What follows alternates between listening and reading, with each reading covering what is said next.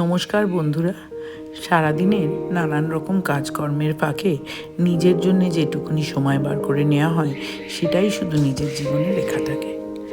সংসারের কাজ তো সবাই করি, কিন্তু নিজের মনের একটু আনন্দে বন্ধুবান্ধবদের সাথে একটু ঘোরা, একটু খাওয়া, এগুলোই তো থেকে যায় পরবর্তীর জন্যে। তাই আজকে আমি আর আমার দুজন চেনা পরিচিত বন্ধুকে নিয়ে আমরা চলে গিয়েছিলাম ত্রিধারা উৎসবে। অনেকের মুখেই শুনছিলাম, সবাই বলছে ত্রিধারা উৎসবে যাব, ত্রিধারা উৎসবে যাব।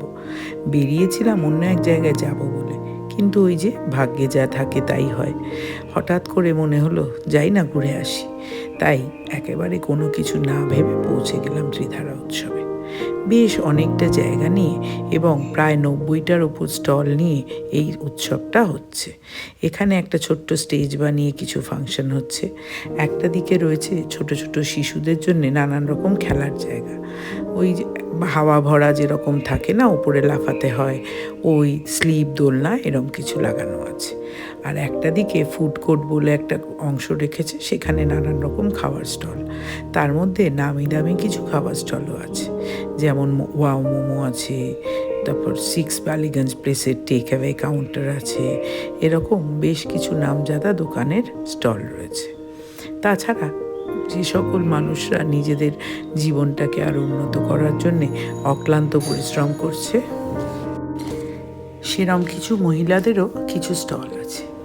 তাদের তৈরি বুটিকের সব নানান রকম কুর্তি, শাড়ি এগুলো আছে, ব্যাগ আছে, আর বিভিন্ন রকম খাবারের দোকানও তারা নিয়ে বসেছে। গয়নাগাটি আছে বেশ সুন্দর সুন্দর, ব্লাউজ রেডিমেড যেগুলো হয়, কুর্তি, জ্যাকেট সবই আছে। এই সকল মহিলাদের দেখলে আমার খুব উজ্জীবিত লাগে।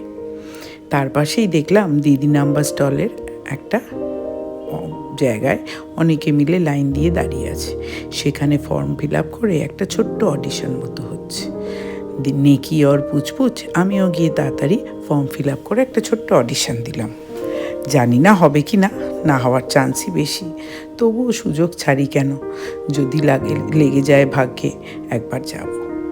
আপনাদের সাথে তো বলাই হয়নি, এর আগে আমি বিয়ের পর রোজগেরে গিন্নি, তারপরে ধন্যি মেয়ে, হঠাৎ হানিমুন, এরম অনেকগুলো টিভির এইসব গেম শোতে অংশগ্রহণ করেছিলাম এবং অনেক ভালো ভালো পুরস্কারও জিতেছিলাম। তখন তো এইসব ছিল না, তাহলে হয়তো ভিডিও ধরে রাখতাম, আপনাদের দেখাতে পারতাম। তবে এবার যদি আমি দিদি নাম্বারে 1-এ যাই, তবে অবশ্যই ভিডিও করে নিয়ে আসব। জানি না, তবে আপনারা আমার জন্য একটু যদি উইশ করেন নিশ্চয়ই যাব। যাকগে, মেলাটায় আরেকবার ঘুরে দেখানোর জন্যে আপনাদের দৃষ্টি ওদিকেই রাখুন। এত সুন্দর সুন্দর স্টল রয়েছে এবং প্রত্যেকটি স্টলে যে সকল জিনিসগুলো রয়েছে বেশ অনবদ্য।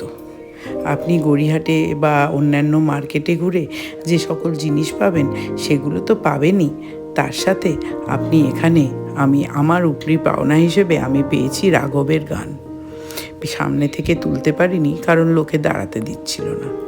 তারপরে কুরুশের এবার দেখলাম আধিক্য, অনেকগুলো কুরুশের স্টল। সেখানে কুরুশের নানান রকম শ্রাগ, স্কার্ট, লং ফ্রক মতো বানিয়ে বানিয়ে অনেক মহিলারা বিক্রি করছেন এবং কাজগুলো একদম নিখুঁত আর সুন্দর।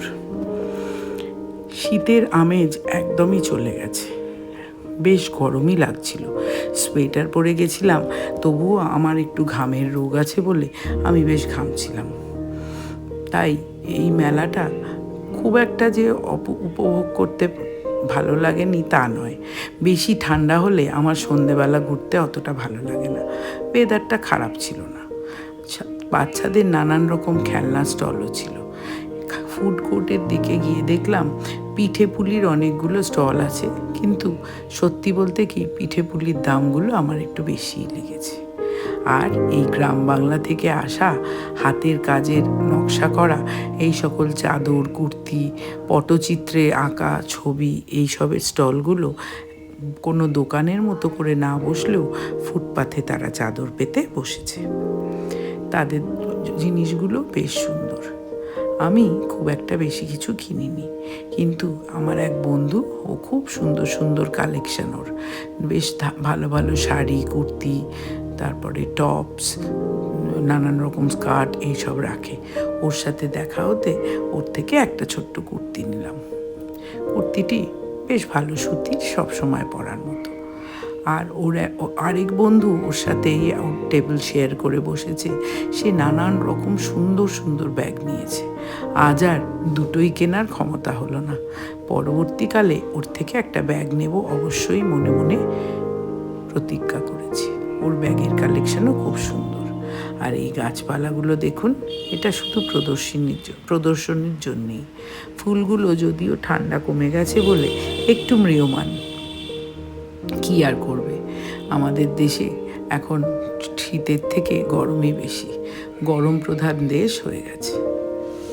আর চা বা কফি খাবো বলে অনেকক্ষণ ধরে গলা শুকোনোর পরেও ঠিকমতো স্টলে দাঁড়িয়ে দাঁড়িয়ে খেতে ইচ্ছে করলো না, তাই পরবর্তীকালে ওখান থেকে বেরিয়ে এসে রাস্তায় যে চায়ের দোকানগুলো থাকে ওখানে বসে আমরা চা কফি খেলাম। ভালোই লাগলো। যে বৌদির দোকানে খেলাম তার ব্যবহার বেশ ভালো, সুন্দর পরিষ্কার মাটির ভাঁড়ে করে কফি বানিয়ে দিল। আমরা বলেছিলাম খানিকটা স্ট্রং দিতে, তাই দিয়েছে। অনেকে মানুষই দেখছি এই আউদ বা এই ওয়াও মোমোতে বসে তাদের ডিনারটা টুকটাক সেরে ফেলছে। আমাদেরও ইচ্ছে ছিল, কিন্তু পেটে জায়গা ছিল না। প্লাস বাড়িতে যে রান্না করে গেছি ওগুলো না খেলে তো নিজেদেরই লস, তাই জন্যে ওই সব খাওয়ার দিকে যায়নি। কিছু দোকান দেখলাম যারা নিজেদের হাতের কাজে কার্ড, পেপারওয়েট, ফ্রিজ ম্যাগনেট এইসব বানিয়েছে। আমরা খাওয়ার মধ্যে খেলাম একটা স্টল থেকে কচুরি আর কড়াইশুঁটির কচুরির সঙ্গে আলুর দম। পিঠে খাবো বলে গেছিলাম, যে যে পিঠেগুলো ছিল আমার খুব একটা পছন্দের হলো না। এই যে স্টলটি, এটি আমার ওই দুই বন্ধুর, খুব সুন্দর ওদের কালেকশন, ব্যাগের কালেকশন আছে এত সুন্দর যে কি বলবো। ওকে আপনারা যদি দরকার হয় ফোন করে ওর জিনিসপত্র দেখতে পারেন। ব্যাগগুলোও খুব সুন্দর এবং আমি এইটুকুনি বলতে পারি বেশ ন্যায্য দামে। প্লাস আমার ওই বন্ধু ওরিফ্লেমও করে, আর যে বন্ধু শাড়ি কুর্তি বিক্রি করে তার জিনিসগুলোও খুব সুন্দর। বেশ মিনিমাম দাম থেকে আপনি ভালো মতো এক জিনিস পাবেন, কিন্তু বাজারের দামের থেকে কিছুটা হলেও কম পাবেন, এটুকুনি আমি বলতে পারি। আমার কেনাকাটার যেটুকুনি অভিজ্ঞতা, আমি দেখেছি ওর জিনিসের দাম বেশ রিজনেবল। তাছাড়া কিছু দোকান বসেছিল যারা সুন্দর সুন্দর বেড কাভার, কুশান কাভার এইসব নিয়েও বসেছিল।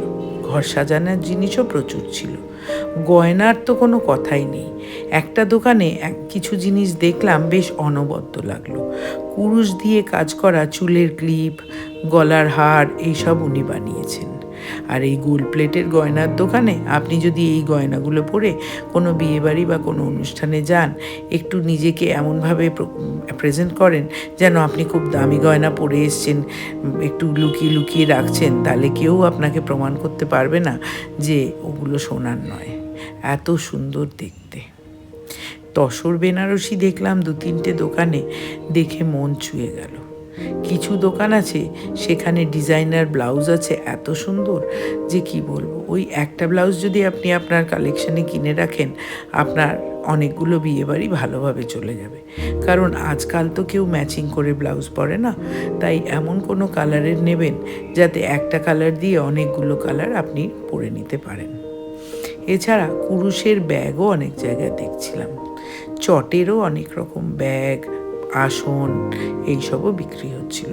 কাশ্মীরি লোকেদেরও দু তিনটে স্টল হয়েছে, তাদের জিনিস তো আর বলতে হয় না, কেমন খুব সুন্দর, এবং দেখে তো মনে হলো বা ধরে মনে হলো পিওর, ওগুলো কোনো নকল উলের বা এর নয়। দামটা আমি আর ভয় চোটে জিজ্ঞেস করিনি, কারণ কাশ্মীরি শালের দাম তো অনেক। এবার শেষ, ভালো লাগলে অবশ্যই সাবস্ক্রাইব করবেন। ধন্যবাদ।